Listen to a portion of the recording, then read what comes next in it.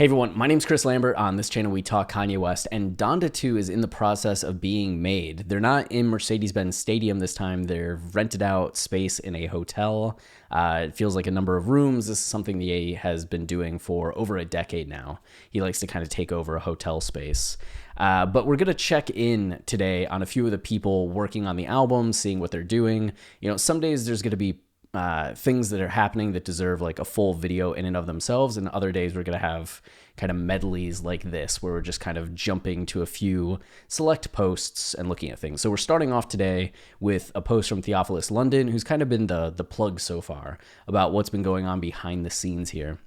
And you can see Theophilus hanging out with Fivio, and we have this post that says via Ye. So the other day we talked about how Ye got rid of his cell phone. So currently he's like phone free, no social media, which means that he's kind of been relying on other people posting things for him. So this might be something that Theophilus is like, Ye told me to post this, or it might just be something he heard Ye saying and is reposting it, like these wise words from Kanye. But it says, Hove told me Brooklyn will forever win because there'll always be a kid growing up eating his Wheaties for breakfast, and puts in quotes bar. So that might actually just be like a line on a song that might come out. It might just also be like the Nick Cannon version of like hearing Ye say something and be like, bar, right? Kind of that complimentary. And then it says, AKA, your food's gonna get ate quick, let history tell it, Team Fivio. So it's also like a pro Fivio post. Take the dinner with Hove. So I saw some people on What's Up Ever being like, what does this mean? And if you're remember the like 90s at all, like if that's an era you were alive in, then you know that like eat your Wheaties or like Wheaties for breakfast, breakfast of champions was a legitimate marketing for the cereal, like this cereal right here, Wheaties, breakfast of champions, right? And they were always associated with athletes, like whoever won the MVP award in basketball, baseball, like Olympic teams, things like that were always on the cover. And it was like the cover, the box. And it was like, if you eat your Wheaties, you can be as good as these star athletes. This is what like the top tier performers eat. So like eat your Wheaties and you can be like them. So that's kind of what this phrase is associated with, like the grind to greatness. So there'll always be a kid growing up eating his Wheaties for breakfast. So it's saying that Brooklyn is always going to have someone that's rising up and becoming a success because the kids there eat their Wheaties for breakfast. They work harder than others. Like they have the mindset of champions. And Fivio's one of the latest examples of that, right? So that's one way of looking at it. There's maybe even a bit of a double entendre here because it says eating his Wheaties, which could be like the kids' Wheaties. But given that it's Hove told me Brooklyn will forever win, it's like it could be Jay-Z's Wheaties, right? It's as in like Jay-Z laid down the blueprint for how kids from Brooklyn succeed in life. So they're eating his Wheaties, like they're achieving greatness based off of his knowledge and the path that he set forth.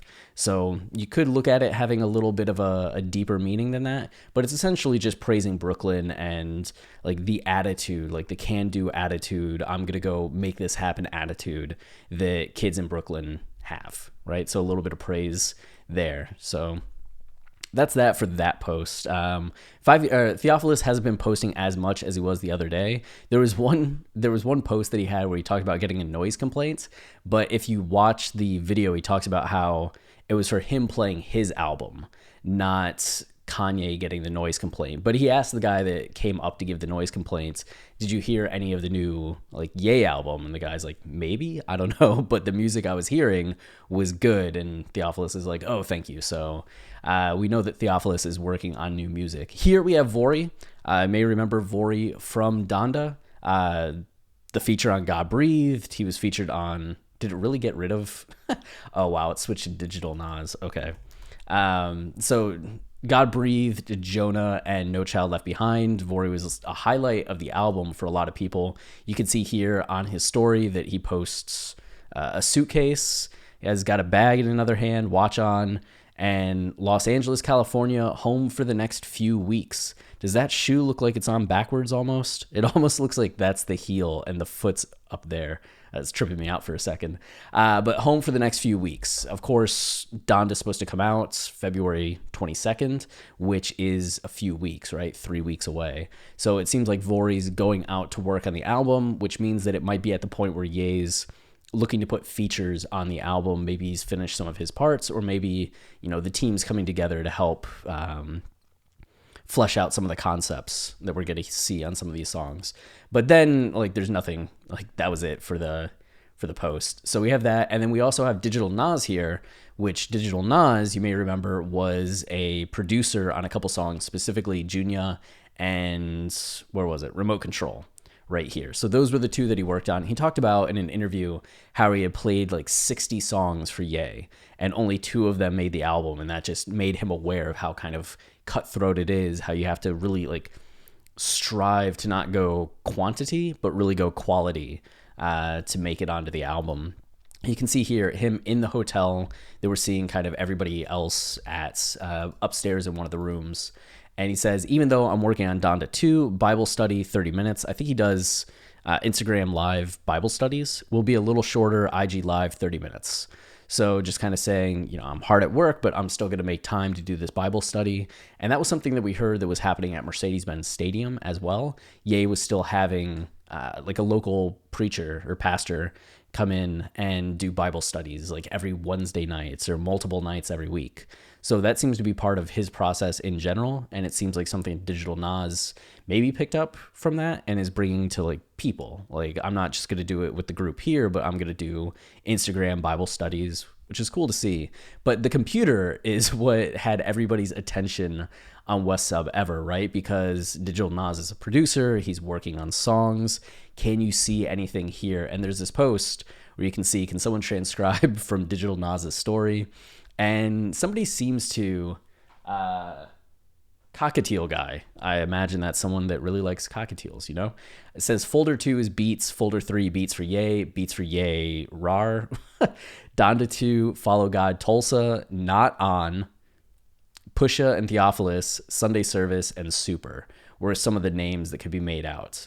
So there were a lot of jokes being thrown around too, like Alien and Can You Be, Future Sounds, and just people kind of making up whatever songs they want to hear. LA Monster would be the one that I want to see, but it just seems like we have some basic ass folders, right? Just Ye, Donda, music, no.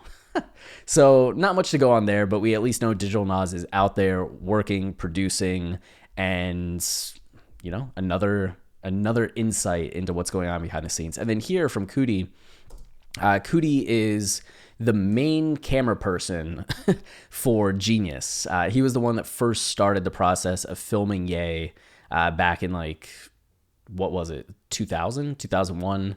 And he's kind of a award-winning director, Coodie and Shike. So his partner is Shike, and actually it was Ye that introduced them, which I think is going to be part of spoilers. If you don't want to hear anything about the documentary, cover your ears. Here, I'll cover my ears until I'm done saying what I need to say, and then you know it's over. But part 1 doesn't get to where Ye introduces Coodie and Shike, but I think part 2, when they're starting to shoot the Through the Wire video, that's when Coodie and Shike kind of meets, and Ye knew both of them individually, and then they teamed up and joined forces and have been working together ever since. But Coodie's kind of the voice that you hear in the documentary. So we know that there had been a little bit of tension, as Ye had posted to social media, he needs final say on what the documentary is doing before anything happens, before it releases. But it seems here that Coodie and Ye were able to meet up, hopefully clear the air. Ye's not smiling in the photo, but that doesn't mean you can kind of see in the video that they're taking this picture. Then he moves to just Gary to say something to Coodie, but same space, I do believe, that we're seeing around here. You can see the painting on the walls and stuff. So it looks to be that same hotel space. But Coodie's there, and you would expect that things are good with the documentary. I'm sure whatever issues might have been going on at this point with Coodie being there may have been worked out, hopefully. But the documentary in question, Genius, hits Netflix February 16th, but it's actually playing in movie theaters February 10th if you want to see part 1 early. We still don't know when part 2 and 3 are dropping. The expectation is they're going to be 1 week apart rather than like months apart, especially since they're already finished. There are critics that have seen the full, all 3 parts at this point, though I was told in an email that I've been having with like a Netflix PR person that they got unfinished versions of the doc. So I also don't know what that entails, right? So we'll see. I don't know. I might be seeing it in the next couple days.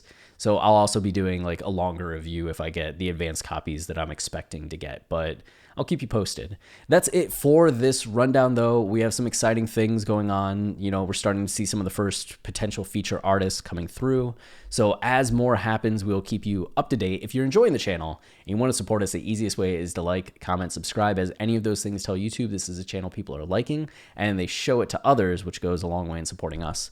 But until next time, stay wavy and keep it loopy. Cheers.